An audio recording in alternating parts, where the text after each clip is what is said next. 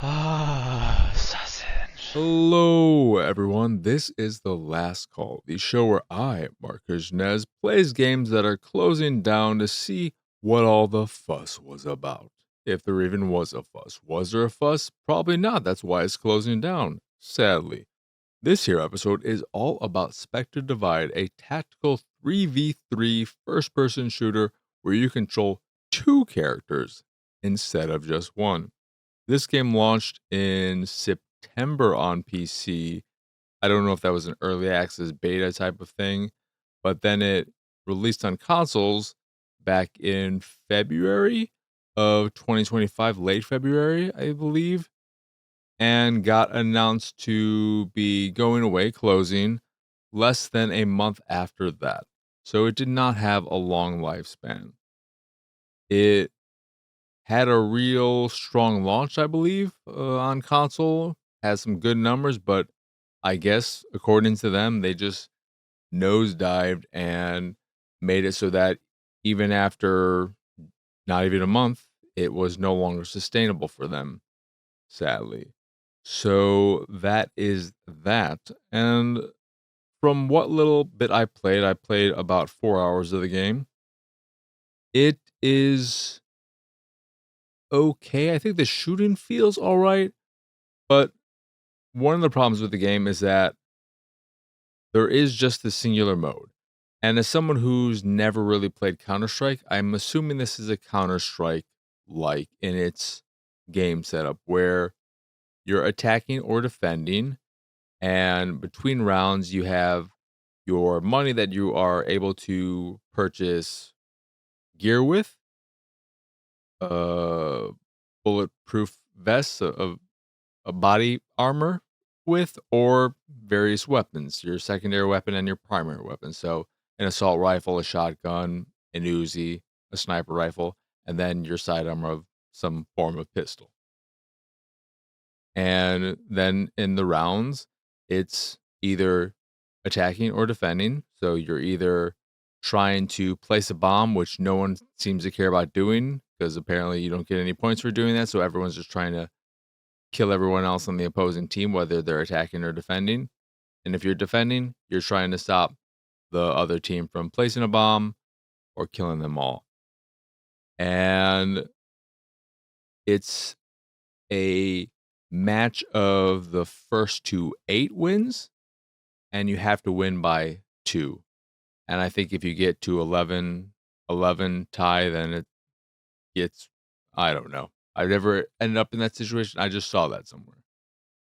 But one of the problems for me right off the bat was that matches went on too long. The rounds never felt that long, I guess. Sometimes they would feel long, but just the matches themselves went on too long. I was done with every single match before they were over, and in some cases, way before they were over. I would have matches that ran over a half hour, it felt like. And I just wanted to move on. I'm like, why are we still doing this? I don't like my team. Can I just get out of here?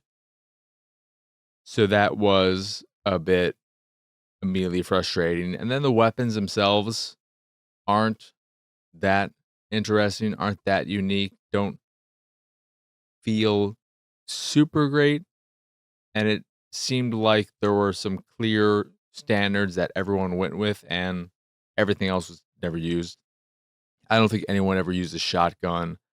I don't think anyone ever used a burst rifle. It seemed like you were either picking one of the assault rifles or very specifically this one relatively inexpensive sniper rifle, not sniper rifle, but assault rifle. Or if you're good with a sniper rifle, you can pick a sniper rifle.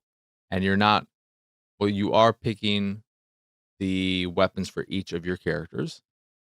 And that's really the main unique selling point of the game. So I should get to that. So the way it works is that you are controlling these two individual characters, your quote unquote main character and their Spectre. And how it works is that you're able to, when you're playing as one of the characters, you're able to kind of grenade toss a location for your Spectre to show up at. So you maybe want to put them in a corner. You can do a little like grenade throw, and it'll transition them from their current position to that position. Or if you want, you can just, with the press of a button, freely on the fly switch between the two characters. And then you can move them and place them and return to your other character that way. And what this allows you to do is defend multiple locations at the same time or attack at the same time, but it doesn't really add that much to the game. And I think that's probably where the game ultimately failed, is that the idea, when you think about it, it sounds unique, sounds interesting. And then in practice, when you play it, you realize it's just a secondary respawn so that when you die, you still have one life left. And it's it just doesn't add that unique of an element to the game in the way I think the developers wanted. Because in my time with it, it was just in a character that allowed me to switch. It didn't add any real strong strategic element. It didn't feel like, at least, and made it so that I guess in a way that could be what led to the matches being more drawn out and the individual rounds being more drawn out, because instead of having one life, you have two lives. So whereas a game of Counter-Strike, for example, having not really played much Counter-Strike, I played a little bit of the one that was included with was no, there wasn't a Counter-Strike with the orange box. It was Team Fortress 2. I think there was Counter-Strike. Was it Go? There was something on Xbox Live Arcade, and I think I played a little bit of that, and I just felt like I missed the boat on that. But instead of just having that one life and then you're done, you now have two lives. So that potentially could double your playtime, could double the length of a round, and that really dragged out the experience.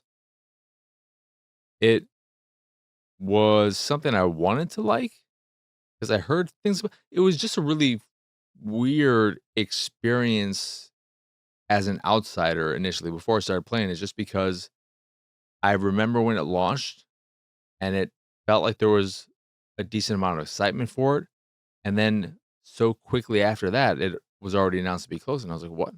How do we get from that initial excitement to already closing?"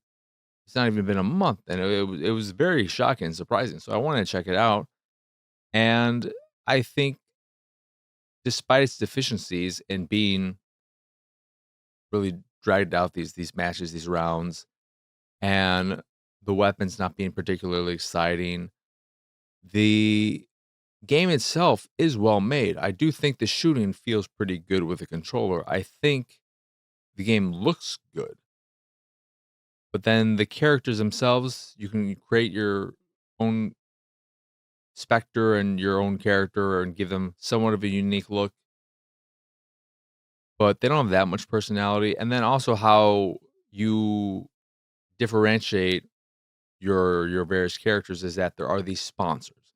And the sponsors are what make your personal characters different from other ones. It gives them their unique abilities, like a healing ability, an ability to put up a shield or throw a splintering grenade or some other kind of grenade. It gives you your three unique abilities that you can purchase in your tactical gear stuff in between rounds.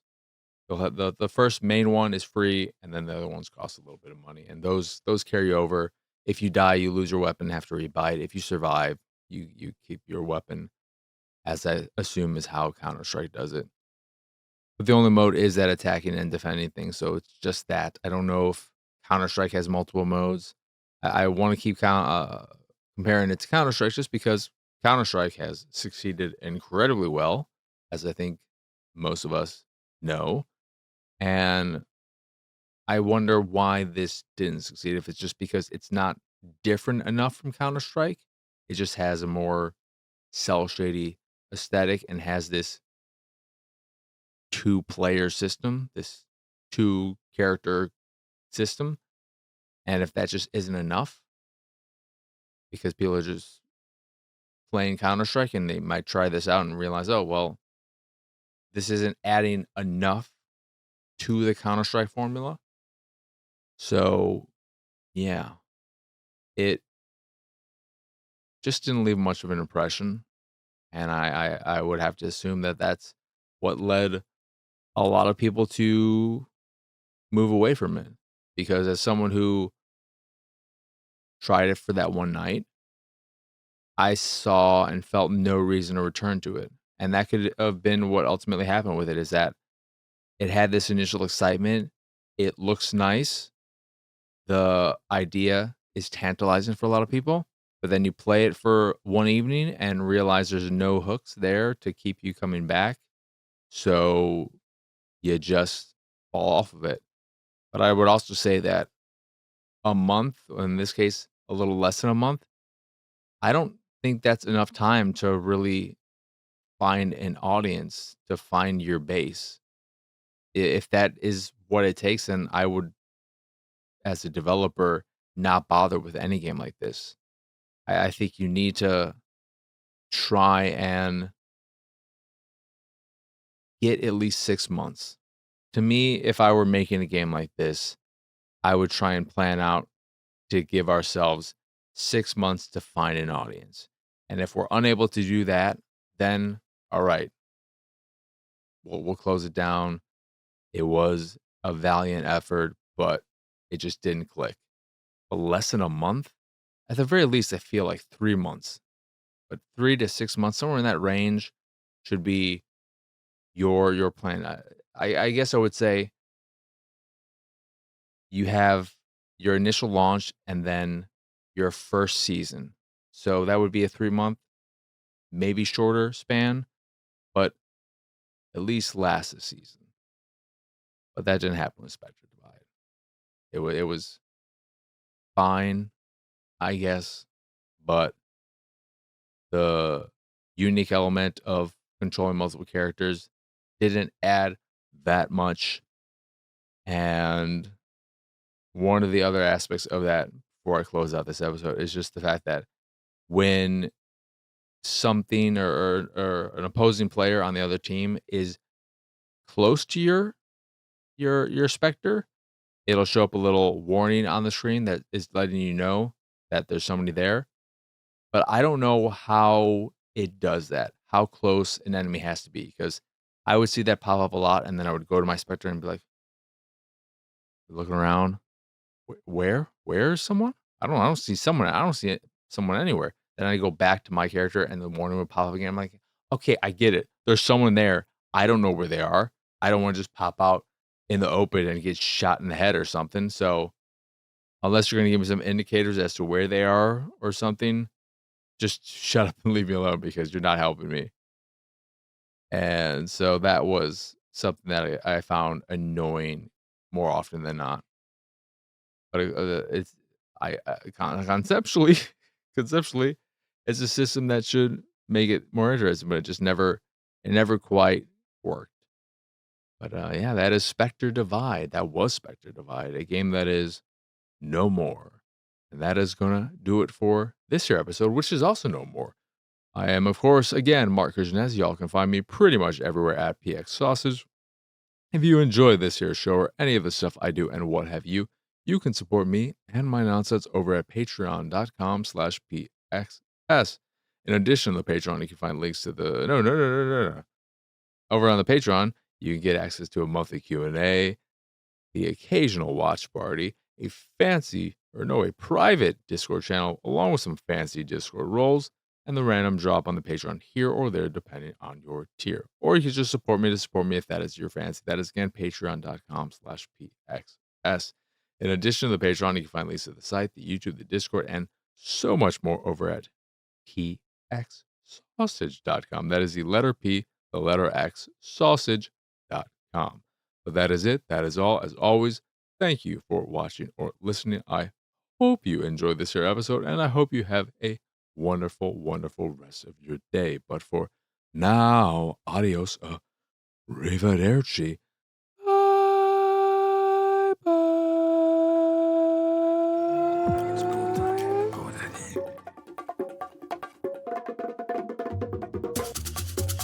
It's go time. Go daddy. It's go time. Go daddy.